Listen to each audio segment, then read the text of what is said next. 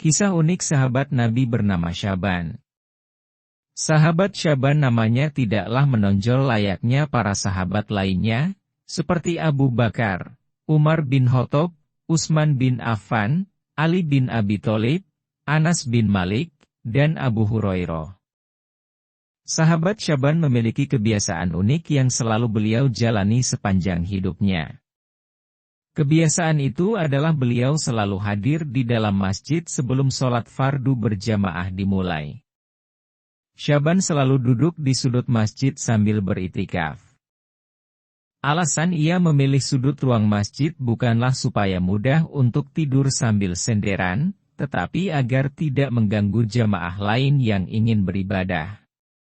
Pada suatu hari, Syaban tidak ada di posisi tempat ia biasa beriktikaf. Rasulullah yang hendak memulai sholat subuh berjamaah pun mulai bertanya-tanya, di mana Syaban berada, kok tidak biasanya, tidak ada seorang pun yang melihat Syaban yang menyebabkan sholat jamaah pun ditunda beberapa saat. Setelah beberapa waktu tidak ada tanda-tanda kehadiran Syaban. Rasulullah pun segera melaksanakan jamaah sholat subuh. Rasulullah khawatir jika terlalu lama menunggu, sholat subuh berjamaah akan terlaksana terlalu siang. Selesai melaksanakan jamaah, Rasulullah pun bertanya kepada para sahabat yang hadir dalam jamaah sholat subuh itu.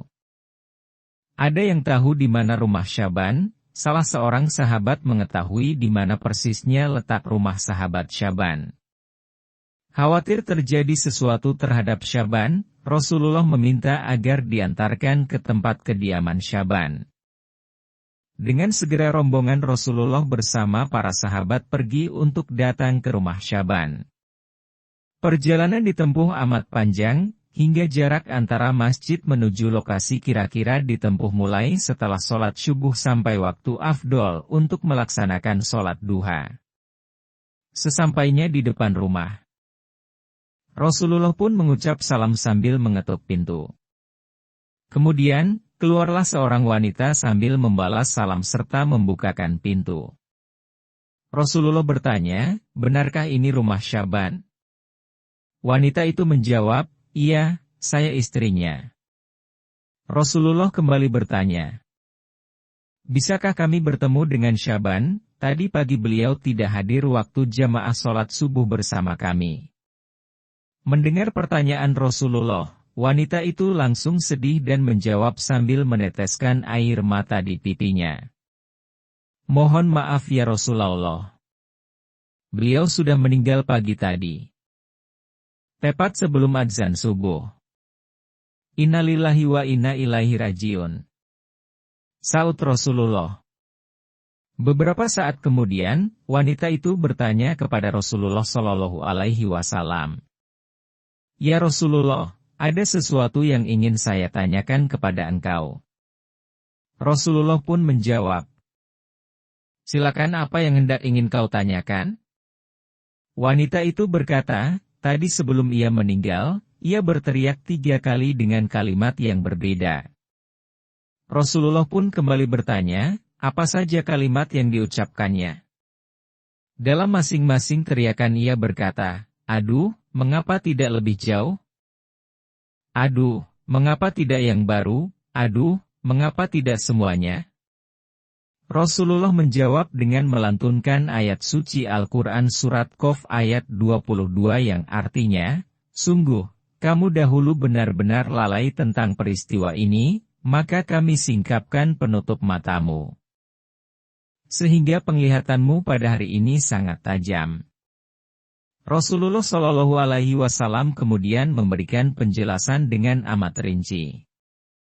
Ketika menjelang sakaratul maut, seluruh amal perbuatan yang telah Syaban lakukan ditayangkan ulang oleh Allah Subhanahu wa Ta'ala. Semua peristiwa yang disaksikan oleh Syaban tidak dapat dilihat oleh orang lain. Di samping amal perbuatan, Allah juga memperlihatkan ganjaran yang Syaban terima. Teriakan pertama, aduh, mengapa tidak lebih jauh? Dalam penayangan itu, Syaban menyaksikan suatu amal yang biasa ia lakukan setiap hari berupa perjalanannya pergi ke masjid untuk melaksanakan sholat berjamaah. Dari perjalanan yang amat panjang itu, Syaban diperlihatkan ganjaran yang ia peroleh dari setiap langkah kakinya. Saat ia berteriak, timbul penyesalan dalam diri Syaban. Andaikan jarak rumahnya dengan masjid lebih jauh lagi, tentu pahala yang ia peroleh semakin banyak dan berlipat-lipat. Teriakan kedua, aduh, mengapa tidak yang baru? Saat musim dingin, angin menghembuskan hawa dingin yang menusuk hingga ke tulang.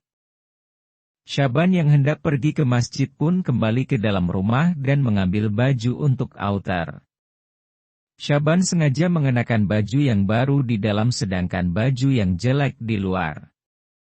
Syaban sengaja melakukannya karena nanti jika terkena debu atau kotoran di jalan hanya terkena di baju yang luar. Sedangkan baju yang dalam masih bersih dan dapat digunakan untuk sholat berjamaah setelah menanggalkan baju yang luar. Di tengah perjalanan, Syaban menemukan seseorang yang kedinginan. Tanpa ragu, Syaban segera menanggalkan bajunya yang luar lalu menyelimuti orang itu sambil memapahnya menuju masjid. Orang itu selamat dari kedinginan dan dapat melaksanakan sholat berjamaah. Syaban melihat ganjaran yang ia terima sebagai balasan untuknya yang telah memakaikan baju yang jelek kepada orang itu. Syaban menyesal, seandainya ia memakaikan bajunya yang baru, pastilah ganjaran yang ia terima jauh lebih banyak lagi. Teriakan ketiga, aduh, mengapa tidak semua? Suatu pagi, Syaban hendak sarapan dengan sebuah roti dan segelas susu. Roti itu dikonsumsi dengan dicelupkan terlebih dahulu ke dalam susu hangat sebelum disantap. Sebelum memulai sarapan, datanglah pengemis di depan pintu rumah Syaban sambil meminta makan. Pengemis itu mengaku sudah 3 hari tidak makan sama sekali. Syaban pun merasa iba. Ia pun membagi rotinya menjadi 2 bagian sama besar dan juga membagi susu ke dalam 2 gelas yang sama banyak. Syaban pun diperlihatkan ganjaran yang ia terima dari memberikan sebagian roti dan separuh susu yang hendak ia makan untuk sarapan. Andaikan ia memberikan semuanya, tentu pahalanya jauh lebih besar lagi. Sahabat Syaban menyesal bukan menyesali amal perbuatan yang telah ia lakukan. Namun ia menyesal kenapa tidak lebih maksimal lagi dalam melakukannya.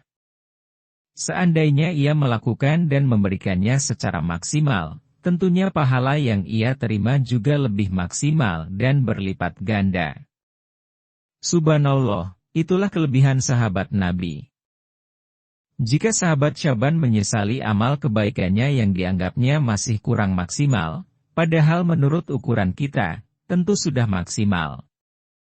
Lantas bagaimana dengan kita yang masih sering lalai dalam menjalankan perintah?